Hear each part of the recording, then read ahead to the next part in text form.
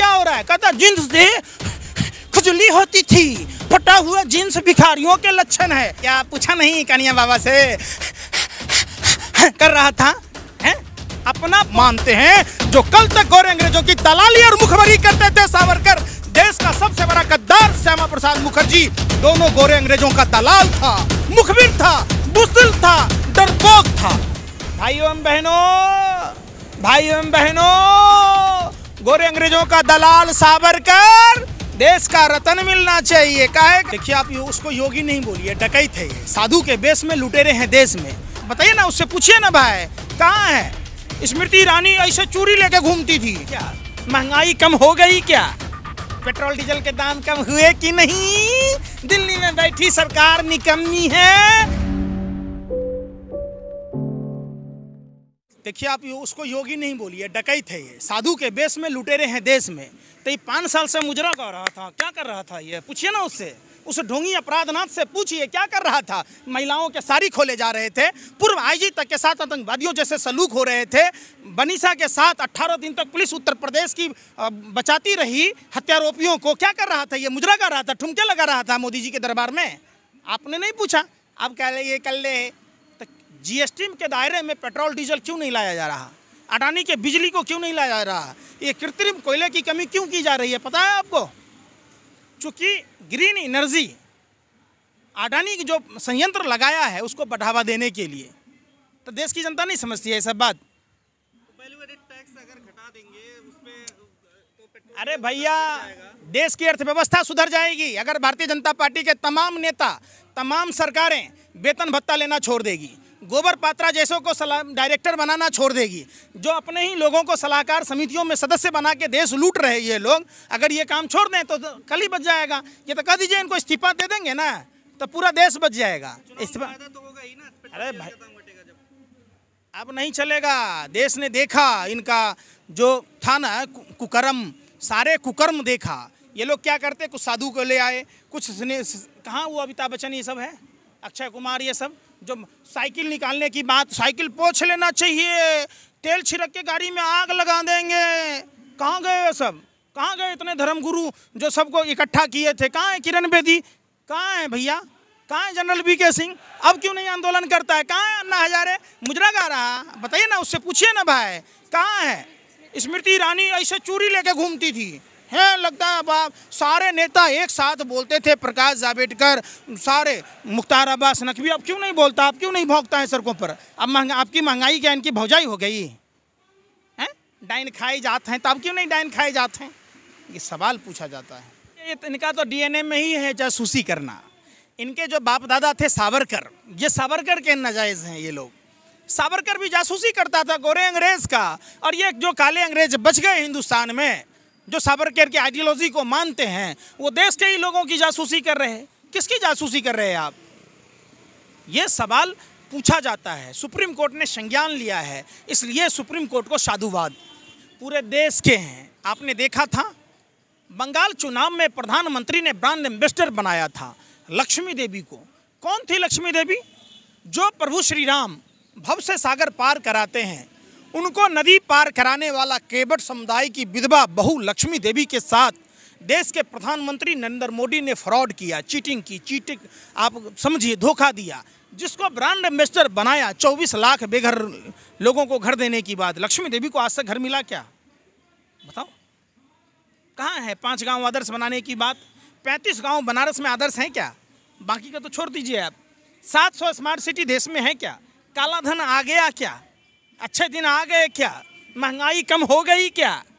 Petrol diesel के दाम कम हुए कि नहीं? दिल्ली में बैठी सरकार निकम्मी है। ये महंगाई जीता जागता उदाहरण है। तो छठी रात का दूध याद आ रहा है नरेंद्र मोदी जी। मौ बोलने में मुँह नहीं बोलते, महंगाई पर मौ नहीं बोलते, चाइना पर चौ नहीं बोलते, बेरोजगारी पर ब नहीं बोलते, अत्याचार पर ओ नहीं बोलते, बलात्कार पर ब नहीं बोलते। औ से ज्ञों तक का ज्ञान भूल गए। औ से ज्ञों, ये क्या याद है इनको? भाइयों एवं बहनों, गोरे अंग्रेजों का दलाल सावरकर, देश का रतन मिलना चाहिए। काहे का भैया? बताओ। देश के 2 सबसे बड़े गद्दार, देशद्रोही, मुखबिर गोरे अंग्रेजों के दलाल श्यामा प्रसाद मुखर्जी 1941 में बंगाल प्रांत में सरकार बनाई थी। अखंड भारत को खंड खंड करने का प्रस्ताव पेश किया था। 42 में भारत छोड़ो आंदोलन कुचलने के लिए चिट्ठी लिखा था। बदले में आरएसएस के लोगों को, श्यामा प्रसाद मुखर्जी हेडगेवार के लोगों को गार्ड की नौकरी दी गई। देश का दूसरा सबसे बड़ा गद्दार, बुज़दिल, कायर, माफीवीर, डरपोक सावरकर, जिसने चिट्ठी लिखी 6 बार माफी मांगी, गोरे अंग्रेजों से समझौता किया कि रत्नागिरी के डीएम के आदेश के बगैर वो जिले के बाहर नहीं जाएंगे, कोई भी राजनीतिक गतिविधियों में हिस्सा नहीं लेंगे। और उसने कहा गांधी, नेहरू, कांग्रेस और मुसलमान का विरोध करेंगे। ये लोग आज भी उसी आइडियोलॉजी को मानते हैं जो कल तक गोरे अंग्रेजों की दलाली और मुखबरी करते थे। सावरकर देश का सबसे बड़ा गद्दार, श्यामा प्रसाद मुखर्जी दोनों गोरे अंग्रेजों का दलाल था, मुखबिर था, बुज़दिल था, डरपोक था। उसके गुणगान करने में लगा है। देश भगत सिंह का है, सुभाष चंद्र बोस का है, चंद्रशेखर आजाद का है, अशफाक उल्लाह खां का है, सावरकर और गोडसे का नहीं, श्यामा प्रसाद मुखर्जी का नहीं। ये देश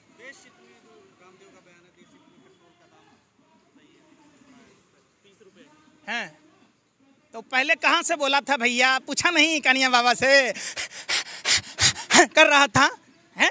अपना 1.25 से 2 नहीं कर पाया और कहता है लाखों बरस पुराना हिमालय की गोद से निकाला गया नमक।